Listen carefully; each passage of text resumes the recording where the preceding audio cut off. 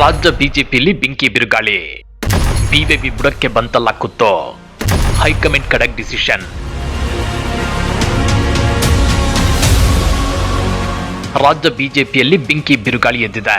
ಇಷ್ಟು ದಿನ ಏನು ಆಗಲ್ಲ ಅಂತ ಅಂದ್ಕೊಂಡಿದ್ದ ಬಿವೈ ವಿಜಯೇಂದ್ರ ಅವರ ಬುಡಕ್ಕೆ ಇದೀಗ ಬಿಸಿನೀರು ಬಂದಿದೆ.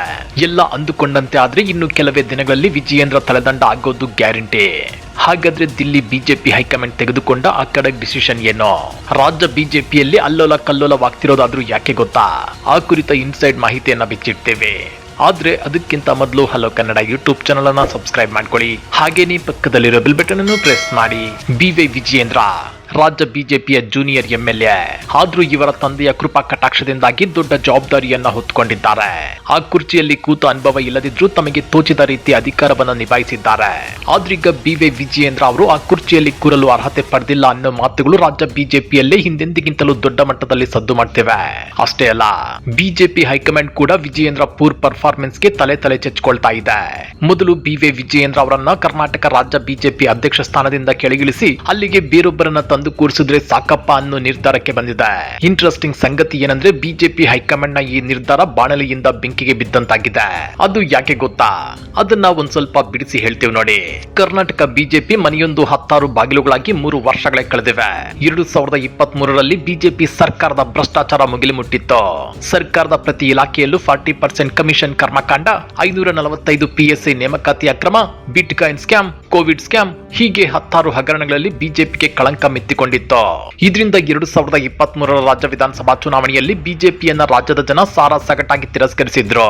ಹೀಗಾಗಿ ಕೇವಲ 66 ಸೀಟುಗಳಿಗೆ ಕುಸಿದ ಬಿಜೆಪಿ ಹೀನಾಯ ಸೋಲನ್ನ ಕಂಡಿತ್ತು. ಆನಂತರ ಆಳೂರಲ್ಲಿ ಉಳಿದವನೇ ಗೌಡ ಅನ್ನೋ ರೀತಿ ಅದೇ ಮೊದಲ ಸಲ ಗೆದ್ದು ಎಂಎಲ್ಎ ಆಗಿದ್ದ ಮಾಜಿ ಸಿಎಂ ಬಿಎಸ್ವೈ ಪುತ್ರ ಬಿವೈ ವಿಜಯೇಂದ್ರ ಅವರನ್ನ ಬಿಜೆಪಿ ರಾಜ್ಯಾಧ್ಯಕ್ಷರನ್ನಾಗಿ ನೇಮಿಸಿತ್ತು. ಆದ್ರೆ ರಾಜಕೀಯ ಅನುಭವ ಇಲ್ಲದ ವಿಜಯೇಂದ್ರ ತಮ್ಮ ಸ್ವಾರ್ಥಕ್ಕಾಗಿ ಪಕ್ಷದ ಹಿರಿಯ ಮತ್ತು ಪ್ರಭಾವಿ ನಾಯಕರನ್ನ ತುಳಿಯಲು ಯತ್ನಿಸಿದ್ರು. ಇದರಿಂದ ಪಕ್ಷ ಮತ್ತಷ್ಟು ಒಡೆದು ಚೂರಾಯ್ತು. ಮನೆಯೊಂದು 10 ಬಾಗಿಲುಗಳಾಯ್ತು. ರಾಜ್ಯ ಬಿಜೆಪಿಗೆ ಅಧಿಕಾರ ಇಲ್ಲದಿದ್ರೂ ಒಳಜಗಳ, ಬಣ ಬಡಿದಾಟಗಳು ಮಿತಿ ಮೀರಿದ್ವು. ಇದೇ ಕಾರಣಕ್ಕೆ ಅಲ್ಲಿಯವರೆಗೂ ತಮ್ಮದು ಶಿಸ್ತಿನ ಪಕ್ಷ, ನಮ್ಮಲ್ಲಿ ಶಿಸ್ತಿನ ಶಿಪಾಯಿಗಳಿದ್ದಾರೆ ಅಂತ ಜಂಬ ಕೊಚ್ಚಿಕೊಳ್ಳುತ್ತಿದ್ದ ರಾಜ್ಯ ಬಿಜೆಪಿ ಬುಡಕ್ಕೆ ಬೆಂಕಿ ಬಿದ್ದಂತಾಗಿತ್ತು. ರಾಜ್ಯ ಬಿಜೆಪಿ ನಾಯಕರ ನಡುವಿನ ತೀವ್ರ ಬಣ ರಾಜಕೀಯ, ಅಹಂಕಾರದ ಪ್ರದರ್ಶನ ಮತ್ತು ಅಧಿಕಾರದ ಕುರ್ಚಿಗಾಗಿ ನಡೆಯುತ್ತಿರುವ ಕಿತ್ತಾಟವು ಪಕ್ಷವನ್ನ ಅತ್ಯಂತ ಶೋಚನೀಯ ಸ್ಥಿತಿಗೆ ತಳ್ಳಿದೆ. ಇಷ್ಟು ದಿನ ಶಿಸ್ತಿನ ಮುಖವಾಡ ಧರಿಸಿದ್ದ ಪಕ್ಷದ ಅಸಲಿ ಮುಖ ಈಗ ಸಾರ್ವಜನಿಕವಾಗಿ ಅನಾವರಣಗೊಂಡಿದೆ. ಇತ್ತೀಚಿನ ವಿಧಾನ ಪರಿಷತ್ ಚುನಾವಣೆಯಲ್ಲಿ ನಡೆದಿದೆ ಎನ್ನಲಾದ ಭಾರಿ ಅಡ್ಡ ಮತದಾನದ ಪ್ರಕರಣವು ಬಿಜೆಪಿಯ ಆಂತರಿಕ ಶಿಸ್ತು ಕೇವಲ ತೋರಿಕೆಯದ್ದು. ಚುನಾವಣೆ ಬಂದಾಗ ಇಲ್ಲಿ ಶಿಸ್ತು ಗಾಳಿಗೆ ತೂರಲ್ಪಡುತ್ತೆ ಅನ್ನೋದನ್ನ ಜಗಜ್ಜಾಹೀರು ಮಾಡಿದೆ. ಪ್ರಬಲ ವಿರೋಧ ಪಕ್ಷವಾಗಿ ಆಡಳಿತ ಸರ್ಕಾರದ ವೈಫಲ್ಯಗಳನ್ನ ಸದನದಲ್ಲೂ ಹಾದಿ ಬೀದಿಗಳಲ್ಲೂ ತೀವ್ರವಾಗಿ ಪ್ರಶ್ನಿಸಬೇಕಾದ ನಾಯಕರು ಇವತ್ತು ತಮ್ಮದೇ ಪಕ್ಷದ ಸಹೋದ್ಯೋಗಿಗಳ ಕಾಲೆಳೆಯುವ ಕೀಳು ಮಟ್ಟದ ರಾಜಕೀಯಕ್ಕಿಳಿದಿದ್ದಾರೆ. ಇದು ಇಡೀ ರಾಜ್ಯದ ಜನತೆಯ ಮುಂದೆ ಪಕ್ಷದ ಆಂತರಿಕ ದೌರ್ಬಲ್ಯವನ್ನ ಸಂಪೂರ್ಣವಾಗಿ ಬಿಚ್ಚಿಟ್ಟಿದ್ದು ಕಾರ್ಯಕರ್ತರಲ್ಲಿ ತೀವ್ರ ಆಕ್ರೋಶಕ್ಕೆ ಕಾರಣವಾಗಿದೆ. ಈ ಇಡೀ ಗೊಂದಲ ಮತ್ತು ರಾಜಕೀಯ ಬಿರುಗಾಳಿಯ ಕೇಂದ್ರ ಬಿಂದುವಾಗಿರೋದು ಬೇರ್ಯಾರೂ ಅಲ್ಲ, ಖುದ್ದು ಪಕ್ಷದ ರಾಜ್ಯಾಧ್ಯಕ್ಷರಾದ ಬಿವೈ ವಿಜಯೇಂದ್ರ. ಹೌದು ವೀಕ್ಷಕರೇ, ಬಿಎಸ್ ಯಡಿಯೂರಪ್ಪನವರ ಪುತ್ರ ಅನ್ನೋ ಕಾರಣಕ್ಕೆ ಮತ್ತು ಹೈಕಮಾಂಡ್ ಆಶೀರ್ವಾದದಿಂದ ಅತ್ಯಂತ ವೇಗವಾಗಿ ರಾಜ್ಯಾಧ್ಯಕ್ಷ ಗಾದಿ ಏರಿದ ವಿಜಯೇಂದ್ರ ಅವರಿಗೆ ಈಗ ಈ ಕುರ್ಚಿ ಮುಳ್ಳಿನ ಹಾದಿಯಾಗಿ ಪರಿಣಮಿಸಿದೆ. ಸದ್ಯದ ಪರಿಸ್ಥಿತಿಯಲ್ಲಿ ಅವರು ತೀವ್ರ ಮುಜುಗರ ಮತ್ತು ಅಸಹಾಯಕತೆಗೆ ಒಳಗಾಗಿದ್ದಾರೆ. ಆಡಳಿತ ಪಕ್ಷದ ಪ್ರಭಾವಿ ನಾಯಕರಾದ ಮಾಜಿ ಮುಖ್ಯಮಂತ್ರಿ ಸಿದ್ದರಾಮಯ್ಯ ಹಾಗೂ ಮುಖ್ಯಮಂತ್ರಿ ಡಿಕೆ ಶಿವಕುಮಾರ್ ಅವರೊಂದಿಗೆ ತಮಗೆ ಯಾವುದೇ ರೀತಿಯ ವ್ಯವಹಾರಿಕ ಸಂಬಂಧವಿಲ್ಲ ಅಂತ ಅವರು ಪದೇ ಮಾಧ್ಯಮಗಳ ಮುಂದೆ ಬಂದು ದಯನೀಯವಾಗಿ ಸಮರ್ಥಿಸಿಕೊಳ್ಳುವ ಸ್ಥಿತಿಗೆ ತಲುಪಿದ್ದಾರೆ. ಆಡಳಿತ ಪಕ್ಷದ ಪ್ರಭಾವಿ ನಾಯಕರೊಂದಿಗೆ ತಮ್ಮದೇ ಪಕ್ಷದ ಅಧ್ಯಕ್ಷರು ಒಳ ಒಪ್ಪಂದ ಅಥವಾ ಅಡ್ಜಸ್ಟ್ಮೆಂಟ್ ಪಾಲಿಟಿಕ್ಸ್ ಮಾಡ್ತಿದ್ದಾರೆ ಅಂತೇಳಿ ಖುದ್ದು ಬಿಜೆಪಿ ಶಾಸಕರು ಹಾಗೂ ಹಿರಿಯ ನಾಯಕರೇ ಬಹಿರಂಗವಾಗಿ ಶಂಕಿಸುತ್ತಿದ್ದಾರೆ. ಪಕ್ಷದೊಳಗೆ ಮನೆ ಮಾಡಿರುವ ಈ ತೀವ್ರ ಅಪನಂಬಿಕೆ ಹಾಗೂ ನಾಯಕರ ನಡುವಿನ ಬೃಹತ್ ಕಂದಕವನ್ನ ಸ್ಪಷ್ಟವಾಗಿ ಎತ್ತಿ ತೋರಿಸುತ್ತಿದೆ. ಒಬ್ಬ ವಿರೋಧ ಪಕ್ಷದ ಅಧ್ಯಕ್ಷನಿಗೆ ತನ್ನದೇ ಶಾಸಕರನ್ನ ನಿಯಂತ್ರಿಸಲು ಸಾಧ್ಯವಾಗುತ್ತಿಲ್ಲ ಅನ್ನೋದೇ ಇಲ್ಲಿನ ದೊಡ್ಡ ದುರಂತ. ಬಿಜೆಪಿಯ ಒಂದು ಪ್ರಬಲ ಬಣದ ಪ್ರಮುಖ ಆರೋಪದ ಪ್ರಕಾರ ಚುನಾವಣೆಯಲ್ಲಿ ಬಿಜೆಪಿ ಶಾಸಕರು ಕಾಂಗ್ರೆಸ್ ಅಭ್ಯರ್ಥಿಯ ಪರವಾಗಿ ಅಡ್ಡ ಮತದಾನ ಮಾಡಲು ವಿಜಯೇಂದ್ರ ಮತ್ತು ಸಿಎಂ ಡಿಕೆ ಶಿವಕುಮಾರ್ ನಡುವಿನ ಗುಪ್ತ ಹೊಂದಾಣಿಕೆಯೇ ಪರೋಕ್ಷ ಕಾರಣ ಎನ್ನಲಾಗ್ತಿದೆ. ರಾಜಕೀಯವಾಗಿ ಕಾಂಗ್ರೆಸ್ ಸರ್ಕಾರವನ್ನ ಇಕ್ಕಟ್ಟಿಗೆ ಸಿಲುಕಿಸುವ ಬದಲು ಒಳ ಒಪ್ಪಂದದ ಮೂಲಕ ಸರ್ಕಾರಕ್ಕೆ ರಕ್ಷಣೆ ನೀಡಲಾಗ್ತಿದೆ ಅನ್ನೋ ಗಂಭೀರ ಆರೋಪಗಳು ಕೇಳಿಬರುತ್ತಿವೆ. ಇತ್ತ ತಮ್ಮದೇ ಪಕ್ಷದ ಹಿರಿಯ ಸಹೋದ್ಯೋಗಿಗಳು ಬೇಕಂತಲೇ ತಮ್ಮ ವಿರುದ್ಧ ಇಂತಹ ಆಧಾರರಹಿತ ಪುಕ್ಕಾರುಗಳನ್ನು ಹಬ್ಬಿಸುತ್ತಿದ್ದಾರೆ. ತಮ್ಮನ್ನ ರಾಜಕೀಯವಾಗಿ ಮುಗಿಸಲು ಯತ್ನಿಸುತ್ತಿದ್ದಾರೆ ದಾರಿ ಅಂತೇಳಿ ಖುದ್ದು ಬಿಜೆಪಿ ರಾಜ್ಯಾಧ್ಯಕ್ಷ ಬಿವೈ ವಿಜಯೇಂದ್ರ ಅವರೇ ತಮ್ಮ ಆಪ್ತರ ವಲಯದಲ್ಲಿ ಅಳಲನ್ನ ತೋಡಿಕೊಂಡಿರುವುದು ಪಕ್ಷದೊಳಗಿನ ವಿಷಮಯ ವಾತಾವರಣಕ್ಕೆ ಕನ್ನಡಿ ಹಿಡಿದಿದೆ. ಇದು ಬಿಜೆಪಿಯ ಆಂತರಿಕ ಸಂಸ್ಕೃತಿಯ ಸಂಪೂರ್ಣ ಅಧಃಪತನವನ್ನ ಪ್ರದರ್ಶಿಸುತ್ತಿದೆ. ಪಕ್ಷದಲ್ಲಿ ಹಿರಿಯರನ್ನ ಸೈಡ್ಲೈನ್ ಮಾಡಿ ಯುವ ನಾಯಕತ್ವಕ್ಕೆ ಮಣೆ ಹಾಕಿದ್ದೇ ಇಷ್ಟೆಲ್ಲ ರಂಪಾಟಕ್ಕೆ ಕಾರಣ ಅನ್ನೋ ರಾಜಕೀಯ ವಿಶ್ಲೇಷಣೆಗಳು ಇವೆ. ಈ ಕೆಸರೆರಚಾಟ ಮತ್ತು ಗೊಂದಲಗಳು ತಾರಕಕ್ಕೇರಿರುವ ನಡುವೆ ಶಾಸಕರ ಅಡ್ಡ ಮತದಾನದ ಕುರಿತ ಆಂತರಿಕ ತನಿಖಾ ವರದಿ ಸಂಪೂರ್ಣವಾಗಿ ಸಿದ್ಧವಾಗಿದೆ ಅಂತೇಳಿ ಬಿಜೆಪಿ ಹಿರಿಯ ನಾಯಕ ಸಿಟಿ ರವಿ ಅವರು ನೀಡಿರುವ ಬಹಿರಂಗ ಹೇಳಿಕೆ ಪಕ್ಷದ ಮಾನವನ್ನ ಹಾದಿ ಬೀದಿಯಲ್ಲಿ ಹರಾಜಾಕಿದೆ. ವರದಿ ಸಿದ್ಧವಾಗಿದೆ ಅನ್ನೋ ಮೂಲಕ ಪಕ್ಷದೊಳಗೆ ದ್ರೋಹ ನಡೆದಿದೆ ಅನ್ನೋದನ್ನ ಅಧಿಕೃತವಾಗಿ ಒಪ್ಪಿಕೊಂಡಂತಾಗಿದೆ. ಸ್ವತಃ ಶಾಸಕರನ್ನ ವಿಶ್ವಾಸಕ್ಕೆ ತೆಗೆದುಕೊಂಡು ಎಲ್ಲರನ್ನೂ ಒಗ್ಗಟ್ಟಿನಿಂದ ಕೊಂಡೊಯ್ಯುವಲ್ಲಿ ಪ್ರಸ್ತುತ ನಾಯಕತ್ವ ಅಂದ್ರೆ ವಿಜಯೇಂದ್ರ ಅವರ ಟೀಮ್ ಸಂಪೂರ್ಣವಾಗಿ ವಿಫಲವಾಗಿದೆ ಅನ್ನೋದನ್ನ ಈ ಹೇಳಿಕೆ ಪರೋಕ್ಷವಾಗಿ ಸಾರುತ್ತಿದೆ. ಪಕ್ಷದೊಳಗಿನ ಒಳಜಗಳವನ್ನ ಆಂತರಿಕವಾಗಿ ಬಗೆಹರಿಸಲಾಗದ ನಾಯಕತ್ವ ದೌರ್ಬಲ್ಯವನ್ನ ಇದು ಮತ್ತಷ್ಟು ಬೆತ್ತಲೆಗೊಳಿಸಿದೆ. ಈ ಹೇಳಿಕೆಯಿಂದಾಗಿ ಹೈಕಮಾಂಡ್ ಕೂಡ ರಾಜ್ಯ ನಾಯಕರ ನಡೆಗೆ ತೀವ್ರ ಅಸಮಾಧಾನ ವ್ಯಕ್ತಪಡಿಸಿದೆ ಎನ್ನಲಾಗ್ತಿದೆ. ಈ ಸರಣಿ ಮುಜುಗರಗಳು, ಆಂತರಿಕ ವರದಿಗಳ ವಿವಾದ ಮತ್ತು ನಿಯಂತ್ರಣ ತಪ್ಪಿದ ಭಿನ್ನಮತದ ಬೆನ್ನಲ್ಲೇ ಈಗ ರಾಜ್ಯ ಬಿಜೆಪಿ ಅಧ್ಯಕ್ಷ ಸ್ಥಾನ ಬದಲಾವಣೆಯ ವದಂತಿಗಳು ರಾಜಕೀಯ ವಲಯದಲ್ಲಿ ದಟ್ಟವಾಗಿ ಹಬ್ಬುತ್ತಿವೆ. ಇದು ಪಕ್ಷದ ತೀವ್ರ ಅಸ್ಥಿರತೆಯನ್ನ ಮತ್ತಷ್ಟು ಸಾಬೀತುಪಡಿಸಿದೆ.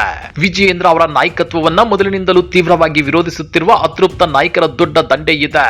ಈ ನಾಯಕರು ಈಗ ಒಂಟೊಂಟಿಯಾಗಿ ಹೋರಾಡುವ ಬದಲು ಒಂದು ಗುಂಪಾಗಿ ದೆಹಲಿಗೆ ತೆರಳಿ ವರಿಷ್ಠರ ಮೇಲೆ ತೀವ್ರ ಒತ್ತಡ ಹೇರಲು ಮುಖ ಮಾಡಿದ್ದಾರೆ. ರಾಷ್ಟ್ರೀಯ ನಾಯಕರಾದ ಅಮಿತ್ ಶಾ, ಜೆಪಿ ನಡ್ಡಾ, ನಿತಿನ್ ನಬೀನ್ ಅವರ ಭೇಟಿಗೆ ಸಮಯ ಕೇಳುತ್ತಿದ್ದಾರೆ. ಇದು ರಾಜ್ಯ ಬಿಜೆಪಿಯಲ್ಲಿ ದೆಹಲಿ ಹೈಕಮಾಂಡ್ ನ ಹಿಡಿತ ಸಂಪೂರ್ಣವಾಗಿ ಸಡಿಲಗೊಂಡಿರುವುದರ ಹಾಗೂ ಶಿಸ್ತು ಮರೆಯಾಗಿರುವುದರ ಸ್ಪಷ್ಟ ಸಂಕೇತವಾಗಿದೆ. ಹಿಂದೆಲ್ಲ ದೆಹಲಿ ನಾಯಕರು ಒಂದು ಮಾತು ಹೇಳಿದ್ರೆ ರಾಜ್ಯ ನಾಯಕರು ಸುಮ್ಮನಾಗ್ತಿದ್ರು. ಆದ್ರೆ ಈಗ ಕಾಲ ಮತ್ತು ಪರಿಸ್ಥಿತಿ ಎರಡೂ ಬದಲಾಗಿವೆ. ಸದ್ಯದಲ್ಲೇ ಅಧ್ಯಕ್ಷರ ಹುದ್ದೆ ತೆರವಾಗಲಿದೆ ಅನ್ನೋ ಊಹಾಪೋಹಗಳ ನಡುವೆ ಆ ಸ್ಥಾನಕ್ಕೆ ಕೇಂದ್ರ ಸಚಿವ ವಿ ಸೋಮಣ್ಣ ಅವರನ್ನ ನೂತನ ಅಧ್ಯಕ್ಷರನ್ನಾಗಿ ನೇಮಿಸುವ ಕುರಿತು ಪಕ್ಷದ ಹಿರಿಯ ವಲಯದಲ್ಲಿ ವ್ಯಾಪಕ ಚರ್ಚೆಗಳು ಆರಂಭವಾಗಿವೆ. ವಿ ಸೋಮಣ್ಣ ಅವರು ಇತ್ತೀಚೆಗೆ ದೆಹಲಿಯಲ್ಲಿ ಹೈಕಮಾಂಡ್ ವಲಯದಲ್ಲಿ ಉತ್ತಮ ಹಿಡಿತ ಸಾಧಿಸಿದ್ದಾರೆ. ಲಿಂಗಾಯತ ಸಮುದಾಯದ ಹಿರಿಯ ನಾಯಕರಾಗಿರೋದ್ರಿಂದ ವಿಜಯೇಂದ್ರ ಅವರಿಗೆ ಪರ್ಯಾಯವಾಗಿ ಅವರ ಹೆಸರನ್ನ ತೇಲಿಬಿಡಲಾಗಿದೆ. ಆದ್ರೆ ಇಲ್ಲಿ ಯೋಚಿಸಬೇಕಾದ ವಿಷಯ ಒಂದಿದೆ.